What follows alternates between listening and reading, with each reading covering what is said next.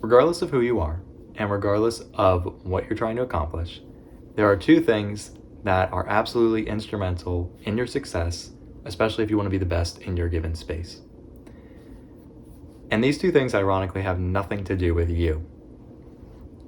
I believe that one is more important than the other, but the two essential things that you need to be as successful as you can in your space are a mentor and a rival, or perhaps many rivals. And I use the word rival because you could say peer or coworker or colleague, but rival just sounds better.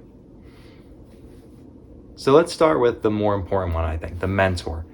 So I find that whenever I'm doing something on my own, which is how I like to do it, it's very easy for me to get distracted by a lot of different avenues. There's so many books on different subjects. There's so many different ways of doing things. And so when I jump into something, I can get very excited, then get very overwhelmed, and then just be totally confused. Having a mentor allows you to find someone else that is going to guide you in those special, initial steps. There are even video games, for example, that I would not have actually been able to enjoy had I not had someone to show me the ropes of. RuneScape is an example of this. Old school RuneScape. I couldn't play it for the longest time because I had no idea what was going on. I was so overwhelmed. My one friend introduced me to it, took me slowly through the beginning, and I really had a blast with it over the course of several weeks after that. But I find this is true in just about anything. It's very easy to get overwhelmed, but if you have someone that can show you, this is the first step, this is the second step, this is the third step, when if you were working on your own, it feels like everything is the first step, then it can be really beneficial in setting you on your path and having a really solid foundation. And I actually want to emphasize that last point, especially because if you have someone who's made the mistakes, gone through it, has practiced this material for a long time, they're going to know things that they wish they knew in the beginning, that they can impart onto you. So why bother repeating their mistakes when they can say, here is how to have the best solid foundation that you can have in this particular subject. And I think there's another really critical thing that mentors can do, not just guiding you on what the right steps to take are, but guiding you on making sure you are taking the steps at a good pace. And what I mean by good pace is not just making sure that you take, you don't go too fast, but also that you don't go too slow. I think a good mentor is someone who can gauge the aptitude of their apprentices, if you will. So they can gauge the aptitude of their apprentices, and they can tell when they need to be pushed. And this, I find, is actually the most critical use of the mentor, is that when I'm working on my own, I will get to a difficult spot and I'll say, forget it. I was working with my dad's friend who was helping me find a job. And he would say, here's how you write a resume, here's how you do this, here's how you do that. And I would be able to do those things extremely well. He would show me the steps and I would take them. And our mentor-mentee relationship in that sense was really good. But every time I started to hit a wall with what I was doing, so I really wasn't getting anywhere with applying to, let's say, a student advising position. That was something I was interested in for a long time. He would say, okay, so what you should do is, take online classes, try to network more. Here are all the different avenues that you could take. And I would say, you know what? This is so much effort. This is so difficult. This is so frustrating. And I'm just so uncomfortable. I'm so out of my element. Forget it. It's not worth it. And he would say, okay, fine. What else are you interested in? So I'd say, I'm interested in data science or something. And then we'd go on that path and we'd hit the same wall every single time. And it got to a point where he said, listen, I've noticed that you always quit when the going gets rough, so to speak. That you reach a point and you say, this isn't worth it, and you quit. And I would go so far as to say that this is not a me personally thing. I think this is perhaps even a cultural phenomenon at this point, where people will say, it's not worth it. It's not worth feeling uncomfortable. It's not worth doing something I don't want to do. And therefore, I'm done. And I think that that's not necessarily a bad thing. I think that our predecessors before my generation spent a lot of time doing things they hated when they could have just put their foot down and just not done it anymore. So I think that whole setting boundaries thing is something that's great, but the pendulum's swinging too far, where the moment things get difficult, people say, forget it. It's not worth it. I want to really emphasize those words. It's not worth it. It's something I hear all the time in my own head. And it's like, so then I start to question, like, why would I ever want this job in the first place? Look how hard it is. I should be doing something that's much easier, something that's more comfortable. And this is a whole separate video, perhaps, about not having resilience or the capacity for life. But what a good mentor would do in this situation is say, you're not quitting. You're going to keep going, and you're going to do it, and you're going to see it through. And I've had classes where I despised the class. I remember I took first year writing when I got to college, and I was like, I don't need first year writing. I know how to write. And I hated that class. All these fancy words like the exigence of a story, something like that. And I actually really don't remember much because it was during COVID, unfortunately. But I remember I just hated it in the beginning. I was like, I know how to write. This is all nonsense. It's totally useless. And I made that very clear to the professor. But the ironic thing is he didn't let me off the hook. He was like, no, you're going to learn how to do this stuff. You're going to keep pushing forward. You're going to do these assignments, and you're going to have to do it if you want to pass this class. And I was like, oh, fine. So I work on these subjects. I work on learning the language. I work on how to write in the way that he wants me to. And I'm not saying it necessarily made me a better writer or anything at the end of the day, but what it did do is actually ironically give me a greater appreciation for the subject matter. What I originally thought was complete nonsense turned out to be actually relevant and was useful in dissecting certain literature. And the assignments we did were actually very eye-opening. We did one on graffiti and like how language is communicated through graffiti. And I remember thinking by the end of it that even though I started hating this class and the professor, I actually had immense respect for the professor by the end of it because he pushed me to understand the material. And I feel like that's something we lack a lot in our modern day. In the education system, in any kind of mentor-mentee relationship. The person says, I don't want to do it anymore, and the teacher or the mentor says, fine, whatever, don't do it. Or let me accommodate you and your desire not to do it. But I honestly think that's wrong.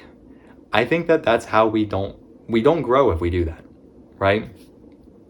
Like, I would not have learned anything from that class. I mean, I may have forgotten most of it, but I would not have learned anything. I would not have had appreciation for his subject matter if he didn't push me. If he didn't say, no, you're going to do it, and we're going to figure out how you're going to do it. And I think this, like, pushing you out of your comfort zone, this intensity. I remember I mentioned in a previous video, I do karate. And the best moment I have in karate that I remember is when I was taking it in high school, and the sensei said, all right, everyone, we're just going to go as fast as possible, the greatest intensity possible. Like, we'd spend all these classes doing the motions, like, you do everything and the whole song and dance, and you're learning technique. And I was like falling asleep. And he's like, we're just going to go as fast as possible, greatest intensity, greatest power, speed, the whole thing. And I remember it was so exhilarating to do, like, with something with such intensity. And I was able to just absolutely, like, push beyond a limit I didn't even know I was imposing on myself because I was just basically, like, falling asleep in class. But this woke me up, so to speak. I had a moment like that recently, actually, where I was supposed to be doing semi-free sparring, where you're still announcing your attacks, with my partner, who was an older gentleman that was a black belt. And he thought we were doing free sparring, where you just start punching the guy. And so I announced my attack. He's like, okay. I go in to punch him, and then he just starts wailing on me. And I'm like, oh my gosh, I'm awake. And the thing is what I realized in that moment is, like, I spent all this time in my pursuit of this practice, just like doing the motions, learning the techniques, kind of just scraping by. But in these moments of greater intensity where, like, you're going to get hurt if you don't actually move, or like, now it's actually time to, like, really put your intention forward, or like, you have to do this technique right, or you're not going to advance anymore. Like, these moments where other people are imposing some kind of, like, force on you, whether it's like restrictive, like, you got to overcome this hurdle, or like, you're not advancing anymore, or it's a push, like, you are going to fight as if this was a real fight and there's no question about it. It makes a massive difference. it makes a massive difference. I mean, my instructor talks about all the time the amount of times he got beat up by his senseis. And now we live in a, as he would say, like a snowflake world, perhaps, where that's not the case anymore.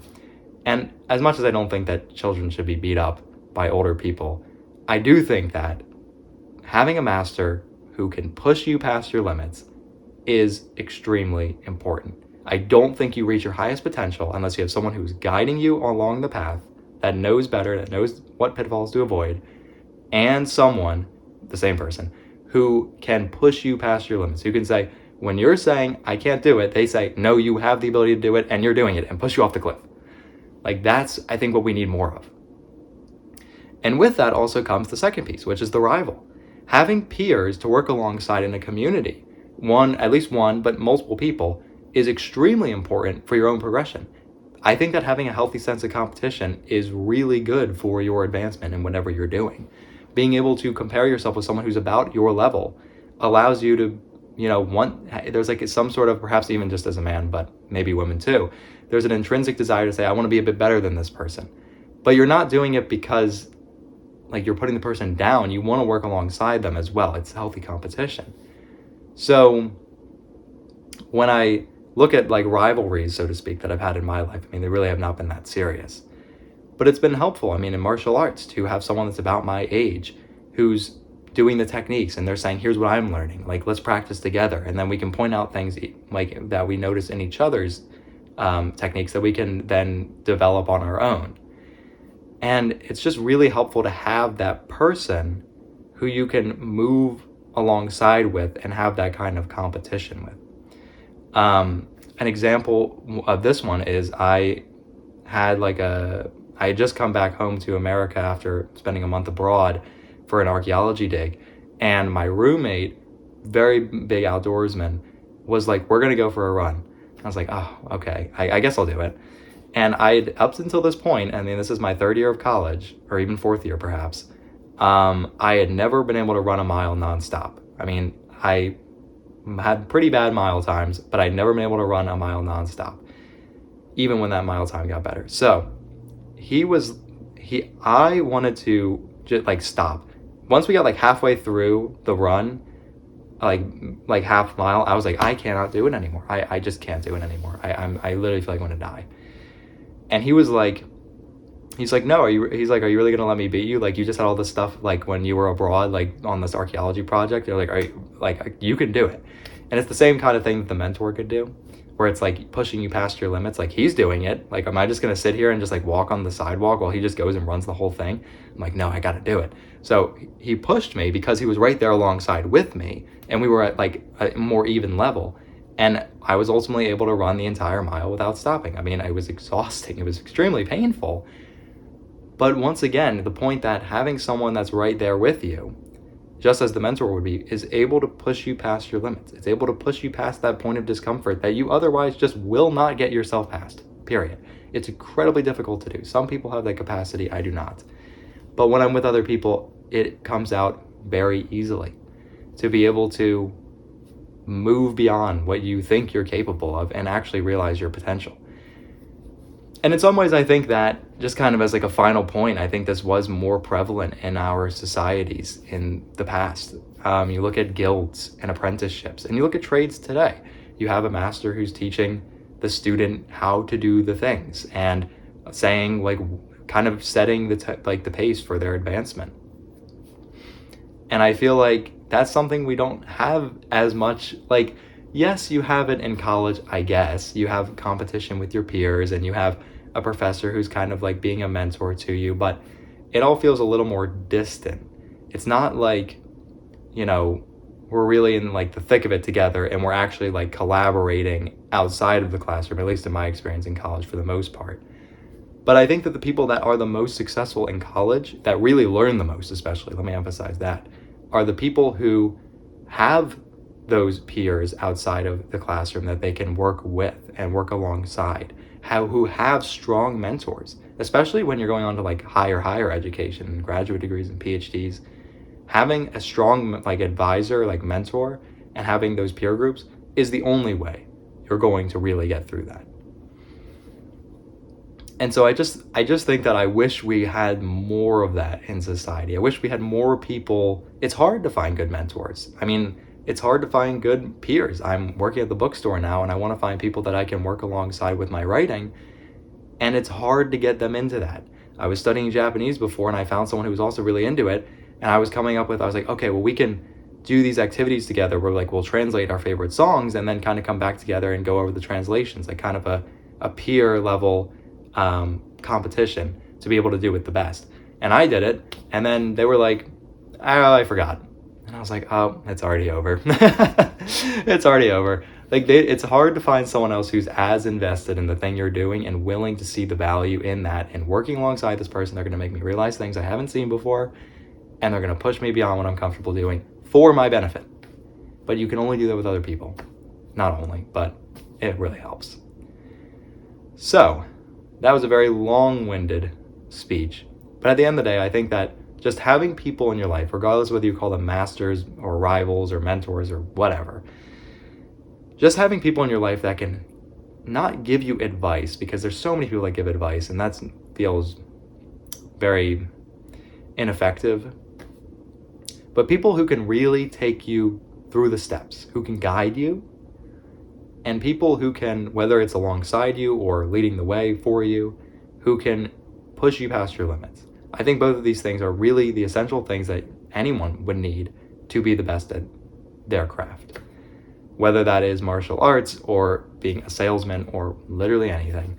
I think that basically anyone has the capability of becoming a master of their field as long as they're willing to put in that effort and find the right people to guide them. And that's the hard part. So that's all I got.